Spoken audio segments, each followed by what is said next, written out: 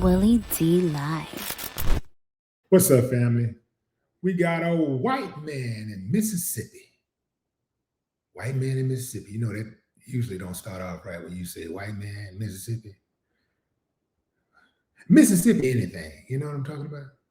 Anyway, fam, we got a white man in Mississippi who lost his mind after a black man legally purchased land next to his. But wait, there's more. So, family, this is allegedly over. I want to give you more context to this because a lot of people are saying that this is strictly like a racial incident. And it's Mississippi, so it probably is. It's probably some type of racism there somewhere. But full context here is that there's a Mississippi property dispute involving family graves, where the black man has legal ownership of this land, and he clashed with the white man's expectations of perpetual access to his family graves. So the black man bought the land that the graves are on. I don't know how they do that. Well, I don't know how they do it. They've been doing us like that for hundreds of years, so we know how they do it. But this is like the black man has the land, and the white man is mad that he cannot access that land because allegedly he has family members buried there, and he's mad that he can't access the land, allegedly.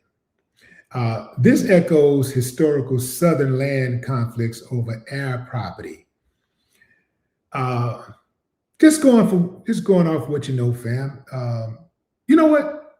I'll come back to that. I'm gonna let y'all watch the video and y'all tell me what y'all think about this energy that is being displayed here.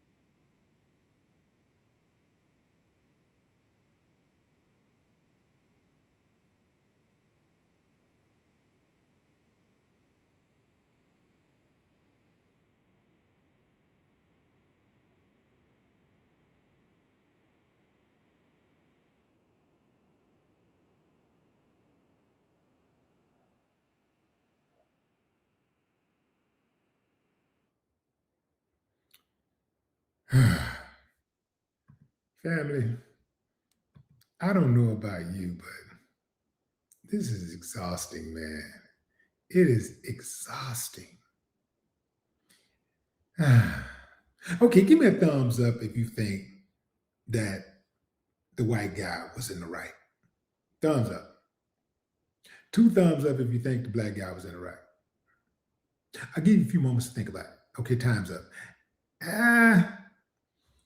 Let's say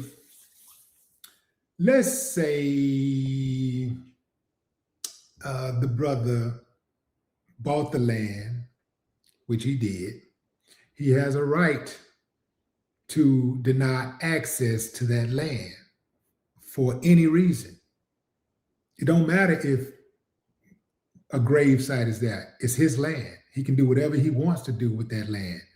He talked about charging Buddy a fee to rent the lot. He said you can get you a lot, get you a plot, or you can come through here and rent. What do you want to do, But this is my land. It ain't nothing you can do about it. That's 5 acres. Ain't nothing you can do about it. I ain't gonna lie, fam. I can see why the white guy might be mad, because he's thinking to himself, this is my land right here. And he probably had his eye on that land. He probably thought about buying that land, but he didn't think it all the way through. He probably didn't think somebody was interested in that land. Had he known somebody was interested in buying that land, he probably would have tried to make a play on it. But the brother beat him to it. So he's probably mad about that more than anything, that he got that land. He's probably mad about that more than anything, that he got some land that was adjacent to his land that he probably wanted. Because, when you have land, if you got, 5 acres right here, you got 1 acre right here, you always got your eye on that acre right next to you or across the street, right? Or behind you. You keep your eye on expanding, right? So I can see why Buddy might be upset about that part. Him being in Mississippi, I was waiting on the N-word, but it never came. I was like, wait a minute, where is N-word? N-word, where you at, baby? I didn't see it. I didn't hear it. I was looking, where the hell is the N-word? He wouldn't say it. Which kind of, it's like I don't want to give him the benefit of the doubt just because it's Mississippi. It's a white dude in Mississippi, like accosting a black guy on his own land. It's Mississippi. Mississippi be burning, right? Mississippi ain't, you know what I'm saying? It's Mississippi. So I want to kind of stick it to him, but at the same time, I don't know, man. So I got to call a strike and a ball a ball. I know some of y'all ain't gonna like that, but I got to call a strike and a ball a ball. I'm thinking if it was really a racial thing, it's Mississippi. It's a white dude in Mississippi. I think he would have went into attack mode with the N-word because that's their default insult word, right? That's default. If they, look, let me tell you something, fam. If they don't know any other word in all of English, they know that word. They come out the womb. They come out the womb saying it. Yeah, man, they love it. It's almost like, it's kind of like breathing to them. How we enjoy breathing and it's natural to us. That's how the N-word is to them. It's very natural. It's something that's in them that makes them want to say the word. They just have to say it. It's like, it's got to get out. They got to say it. So for him to be so angry at dude and not say the word when he could have easily said it, maybe, but at the same time, he was being recorded. And maybe he thought about that because what's the name of his Dunaway? Yeah, Dunaway Heating and Cooling. So maybe he was thinking, I don't know if he owns it or if he's working for somebody, but maybe he thought about his business and he was like, ooh, I want to get him, but I ain't going to call him that word because I know too many people who then lost their jobs and whose businesses have suffered for using that word. So maybe he caught himself. Now, I'm willing to believe that one more than anything. I'm willing to believe that angle more than anything. I think I'm going to go ahead on and say that this dude was probably a racist. He's in Mississippi, a white guy in Mississippi. That's all I got to say, man. White dude in Mississippi, accosting a brother on his own land. If I got to lean one way, I'm going to lean that way. And I'm thinking he probably said to himself, I don't want to lose no money. I don't want to lose my job. I'm gonna keep my cool. I ain't gonna call that, but I am gonna check them. I'm gonna hard check them because that's what we do to blacks around here. We control them, and if we can't beat them in a fight, if we can't control them, we'll just weaponize the police. We'll call the police and let the law come out here and settle it. And we know what side the law is going to be on, right?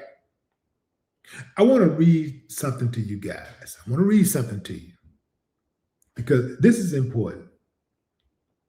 Because the reason why this is important is because these type of things are never the opposite. These type of things, like you never see the brother in the company truck pulling up on the white dude on his land, talking about he can just come and go as he please, or he can pull up on that man's land and talk crazy to him. You never see the brother doing that type of stuff, but you see people like him doing it all the time. So I want to read something to you that is really, really sad in 2026, if you think about it, because a lot of times they talk about the attitude is, they had this attitude and they were behaving this way, this type of way, because those were just those times and people evolve, right? The trigger for white rage inevitably is black advancement.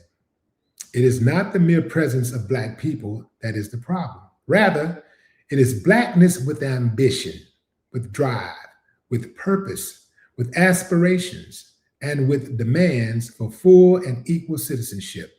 That's Carol Anderson, PhD.